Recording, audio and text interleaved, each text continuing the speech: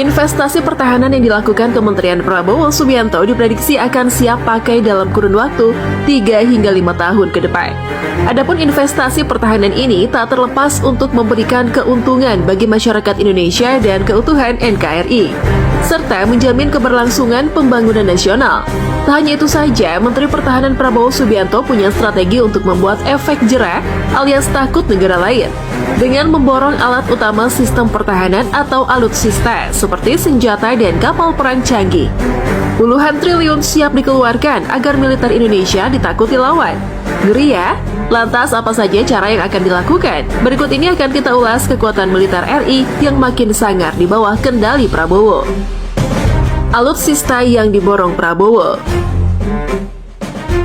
Dilansir dari laman CNBC Indonesia, Kepala Badan Sarana Pertahanan Kemhan, Yusuf Jauhari, menjelaskan bahwa kegiatan kontrak pengadaan alutsista di Kemhan, RI telah berjalan sesuai waktu yang ditentukan, baik dalam penandatanganan kontrak, proses produksi maupun penyerahan barang dengan perkembangannya. Yusuf Jauhari juga menjelaskan pemilihan jenis dan penentuan spesifikasi alutsista dilakukan melalui mekanisme perencanaan penyusunan dokumen rencana kebutuhan atau Renbud Al-Palhankam untuk pertahanan negara yang dilaksanakan pada tingkat unit organisasi atau UO Kemhan untuk satuan operasional di bawah UO Kemhan.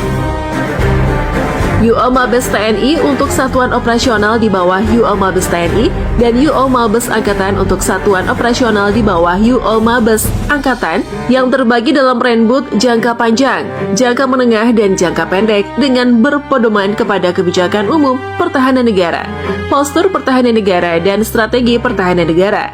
Perencanaan dokumen Renbud Al-Palhankam yang di dalamnya berisikan jenis dan spesifikasi alutsista, katanya disampaikan kepada Kemhan untuk mendapatkan persetujuan dan penetapan sebagai dokumen Renbud Al-Palhankam untuk pertahanan negara. Yusuf mengatakan investasi pertahanan ini untuk memberikan keuntungan bagi masyarakat Indonesia dan keutuhan NKRI, serta menjamin keberlangsungan pembangunan nasional.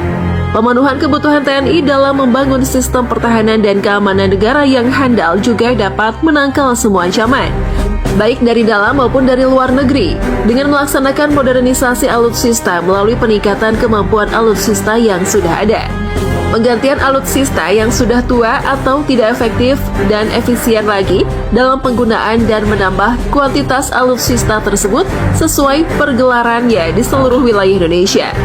Untuk pengadaan matra darat, seluruh kontraknya sudah berproses dengan durasi waktu yang akan selesai sekitar 1 hingga tahun ke depan.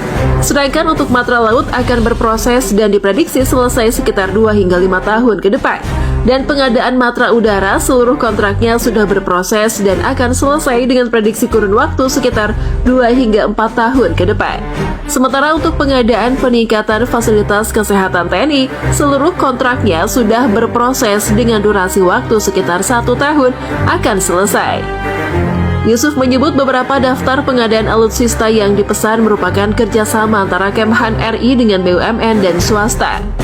Berbagai alutsista yang diborong Kemhan dalam rangka memperkuat militer RI, yaitu pengadaan alat-alat utama matra darat, yakni ada Harwat, Overhaul, Upgrade Bell 412, Rampur Badak Cannon 90mm, Ran Komando Jabatan Golongan 5 atau MAU, Rampur Anoa atau Basic, kendaraan satuan operasional yang terdiri dari SPM 150cc, SPM listrik, rantis 4x4, kemudian pengadaan alat-alat utama, matra laut, ada kapal offshore patrol vessel, frigate, kapal KCR 60, refurbishment 41 KRI, submarine rescue vehicle system, kapal full combat mission, pesut fixed wing, angkut atau kargo sedang.